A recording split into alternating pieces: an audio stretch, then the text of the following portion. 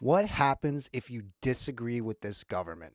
Anyone who disagrees with this government gets pushed aside. Oh, is that what happened to all your own party members who disagreed with you? Prime Minister Justin Trudeau no longer has the support of caucus, and to maintain some dignity, he should immediately tender his resignation.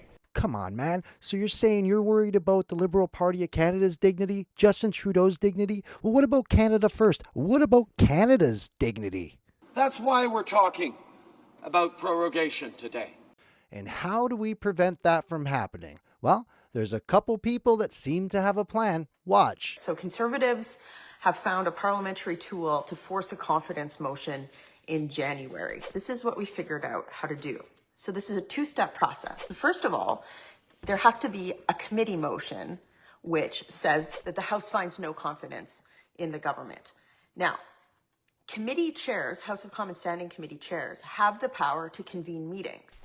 The Conservatives hold the chair on one particular committee, the Public Accounts Committee. So because Conservatives own the chair, or not own the chair, but hold the chair of that committee, his name is John Williamson. He's a Conservative member of Parliament. He released a letter today saying that he was going to convene that committee on January the 7th to have the committee vote on a non-confidence motion, a very simply worded non-confidence motion. So that vote would happen on January the 7th. Yeah, I know you're saying Jagmeet's had how many opportunities to do this, and every single time he votes against bringing the government down? Well, this recent letter, which only incriminates him more, says the Liberals don't deserve another chance, blah, blah, blah. That's why the NDP will vote to bring down the government down and give Canadians a chance to vote for the government who will work for them. So all that first part happens by January 7th. But then there's a second part to this. Then there's phase two.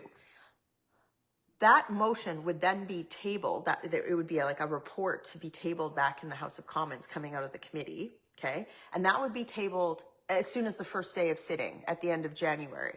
So let's break it down. January 7th, the committee votes non-confidence. They take that information and they bring it to the House of Commons to be read at the first reading when they come back at the end of January. It would force a non-confidence vote, and then Jagmeet would have to take that letter and be forced to vote against the Liberals or lie again.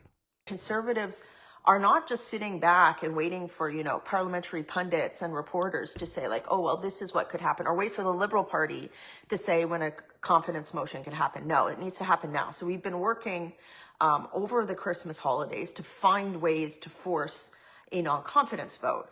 And I know why the mainstream media has not said a peep about this. He gets to use every tribune he can use. All the media, all the voices, all the attention, and gets to further marginalize people who disagree with him.